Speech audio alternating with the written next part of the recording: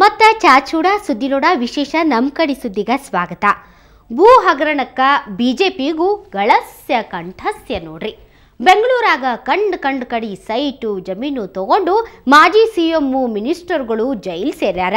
ಇನ್ನಷ್ಟು ಮಂತ್ರಿಗಳ ಮ್ಯಾಲೂ ಆಪಾದನೆ ಐತಿ. ಇನ್ನ ಹುಬ್ಬಳ್ಳಿ ಧಾರವಾಡದಾಗಿನ ಬಿಜೆಪಿ ಲೀಡರ್ಗಳೇನು ಕಮ್ಮಿ ಇಲ್ಲ ನೋಡ್ರಿ. ಇಲ್ಲೂ ಭಾರಿ ಗೋಲ್ಮಾಲ್ ನಡೆದೈತಿ ಅನ್ನೋದು ಪತ್ತೆಯಾಗೈತಿ.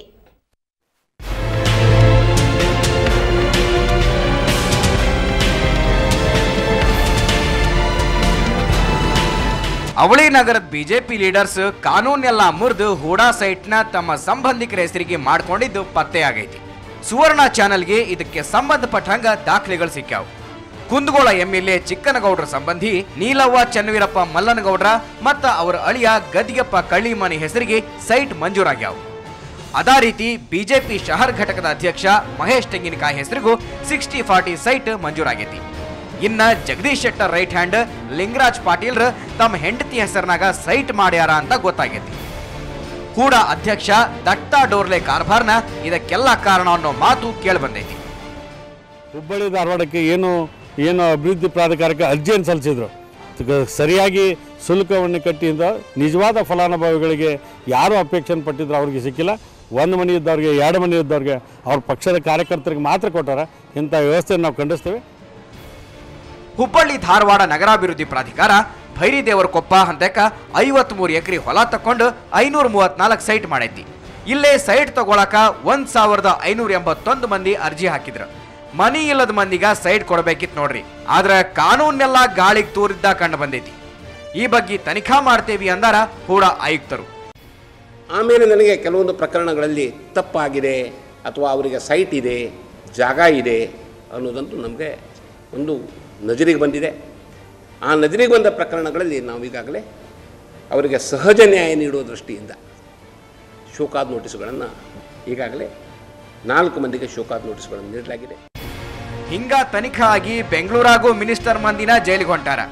ಇಲ್ಲೂ ಹಂಗ ತನಿಖಾ ಮಾಡಿ ತಪ್ಪು ಮಾಡಿದವರಿಗೆ ಶಿಕ್ಷಾ ಕೊಡಬೇಕು ಅನ್ನೋ ಮಾತು ಕೇಳಿ ಬಂದೈತಿ. ಒಟ್ನಾಗ ಬಿಜೆಪಿ ಅಧಿಕಾರಕ್ಕೆ ಬಂದಿಂದ ಹುಚ್ಚನ ಮದುವೆಯಾಗ ಉಂಡವನ ಜಾಣ ಅನ್ನೋವಂಗಾಗೈತ್ ನೋಡ್ರಿ. ಅಮರೇಶ್ ರಾಠೋಡ, ಸುವರ್ಣ ನ್ಯೂಸ್ 24/7 ಧಾರವಾಡ. ಕರೆಂಟ್ ಇಲ್ಲ, ಕುಡಿಯಾಕ ನೀರು ಸಿಗಂಗಿಲ್ಲ. ಹಿಂಗ ಎಲ್ಲಿ ಬೇಕಲ್ಲಿ ನೀರಿನ ಸಮಸ್ಯೆ. ಆದ್ರ ಬೀದರ್ನಾಗ ಒಂದು ದೇವಸ್ಥಾನದಾಗ ಎಲ್ಲ ಕಾಲದಾಗೂ ನೀರ್ ಮೋಟರ್ ಹಚ್ಚಿದಂಗ ಹರಿತೈತಿ. ಅದೆಲ್ಲಂತೀರೇನ? ನಮ್ಮ ಜೊತೆ ಬರ್ರಿ, ನಾವು ನಿಮಗೆ ತೋರಿಸ್ತೀವಿ.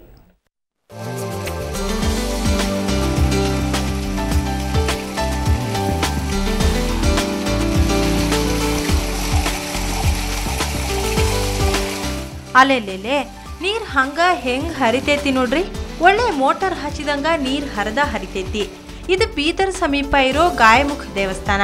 ಮಳೆಗಾಲ ಇರ್ಲಿ ಬ್ಯಾಸಗಿ ಇರ್ಲಿ ಇಲ್ಲಿ ಮಾತ್ರ ನೀರಿಗೆ ಬರ ಇರಂಗಿಲ್ಲ. ತನ್ನ ಪಾಡಿಗೆ ಹರಿತಾನ ಇರ್ತೈತಿ. ಅದಕ್ಕೆ ಇಲ್ಲಿ ಮಂದಿ ಇದು ದೈವಿ ಶಕ್ತಿ ಲೀಲೆ ಅಂತ ಪೂಜೆ ಪುನಸ್ಕಾರ ಮಾಡ್ತಾರ.